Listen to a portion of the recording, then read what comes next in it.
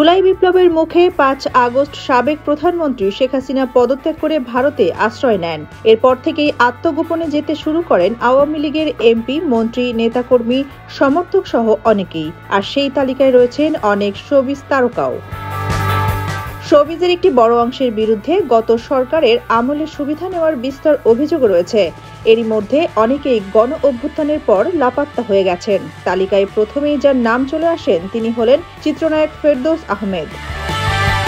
গত বছরের শুরুতে শেখ হাসিনা সরকারের একতরফা নির্বাচনে ঢাকা ১০ আসনের সংসদ সদস্য নির্বাচিত হয়েছিলেন তিনি।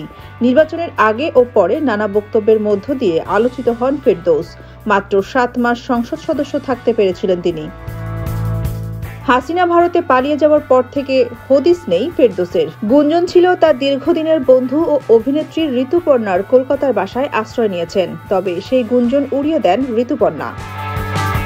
সংসদ সদস্য না হলেও চিত্রনায়ক রিয়াজ সবথেকে বেশি অংশ নিয়েছেন আওয়ামী লীগের প্রচারণায়। গত কয়েক বছর ধরেই আওয়ামী লীগের বিভিন্ন প্রচারণায় দেখা মিলেছে তার।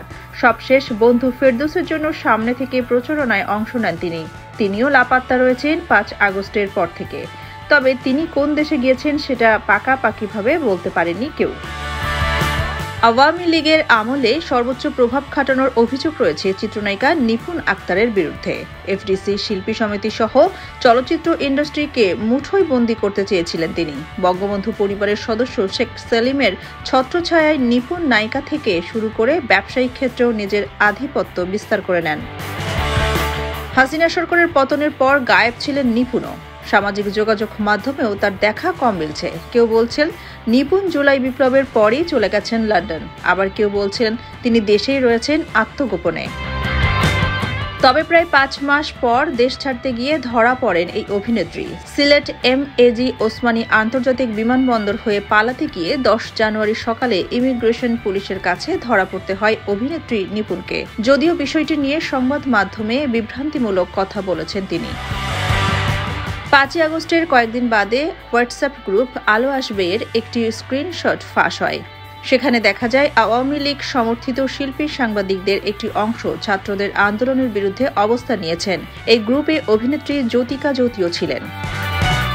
আওয়ামী সরকারের পতনের পর এই অভিনেত্রীকে শিল্পকলা একাডেমির পরিচালকের পদ থেকে বের করে দেওয়া হয়। সহকর্মীদের তোপের মুখে তিনি বাধ্য হন শিল্পকলা ছাড়তে। পরবর্তীতে নিজের বাসা ছাড়তেও বাধ্য হয়েছেন বলে সামাজিক মাধ্যমে জানিয়েছেন তিনি। তবে এখন জ্যোতি কোন জায়গায় থাকছেন সে বিষয়ে কিছু জানা যায়নি।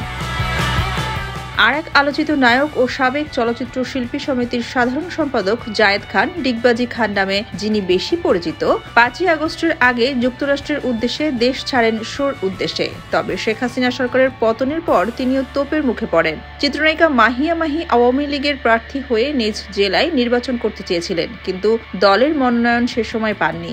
বিভিন্ন সময়ে শেখ হাসিনা ওবায়দুল কাদেরের প্রশংসা করে পোস্ট দিয়েছেন সামাজিক যোগাযোগ মাধ্যমে।